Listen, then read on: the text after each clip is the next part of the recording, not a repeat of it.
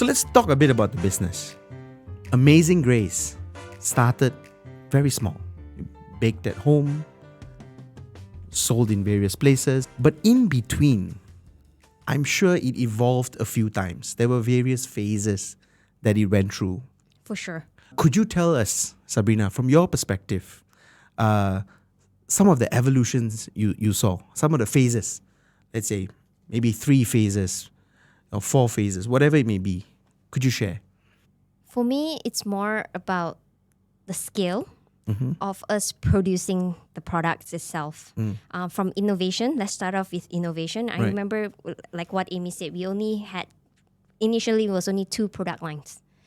But not even 6 months down the road, we were like, let's do this. Let's come up with this. You know, I know that even the first 3 years itself, we have gone through many different kind of products. We've tested out the market. We have just tried and failed fast during that first 3 years. So I think that was very, very exciting, not only for us but also for our consumer, because we were constantly just thinking how we can just make it exciting for the consumer. And then not in terms of product wise, but in terms of product offering, for example, like festive seasons. I remember every time we celebrate something, whether it's Mother's Day, whether it's Teacher's Day, there's always something new. Right. So I think that is one part of the phase that it was really exciting, because it's not only exciting for the consumer, but it's also exciting for us, because we are just Constantly creating. we are just creating. You know, like sometimes, like what Amy said, the creativity sometimes just overflows, and we just really want to test. And sometimes we are too creative in the sense that we try to make the product too good. Right.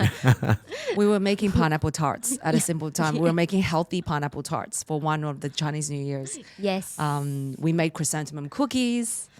What else do we make? During Raya, we made pulut hitam cookies, and then I remember all these products.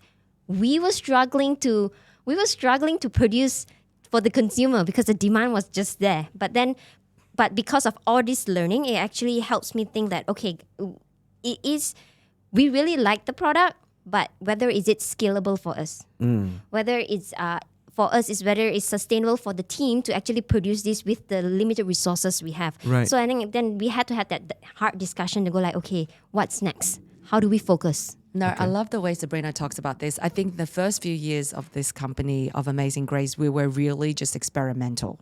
Okay. So I think the word experimental Yes. really characterizes the first phase of the company. And I think the second phase and the current phase of the company is really about how do we, bring some scale and bring some volume and go out to the whole world now that we know what works and what doesn't. And I think it's also a maturity of our own personal lives as well. I hate to say, when we were young and energetic, we had, we were trying to do everything, and now we're like, we're getting a bit tired. Let's slow down and let's try to do less, but try to have more impact. So first, in the beginning, it was do different things, try different Experiment. things, Yeah. experiment, just Yes, go. Just make move. mistakes. Right. Yeah.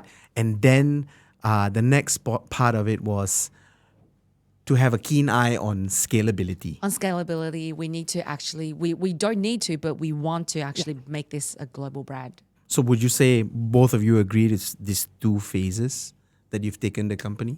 I would say we're in between 2 and 3 at the moment. Yeah. Number 2 is not more like scalability, right? Scalability, And yeah. I can tell you we are still scaling. Okay. We're not done yet. There's Sure. just so much to do. We're in the beginning. For better or worse, we're still in the beginning. There's just so much more touch points or countries that we still have to get in. What's 3 though? 3 is, I guess, maybe if you look at a big global MNC and they're starting to innovate. So when a company scales and they've got economies of scale, they've got global presence, they've got stable cash flow and people, then all of a sudden they're like, oh no, we need to innovate. So they actually go back into a bit of an innovation cycle. Yeah. So we just, I think we're still in, if we talk about going from a toddler to an adolescent, to maybe an adolescent now becoming an adult. And I think from adult, you get into middle age and old age. I think we're probably still between adolescent to becoming an adult. I wouldn't say we're an adult No, yet. we're not an adult yet. We're adolescents.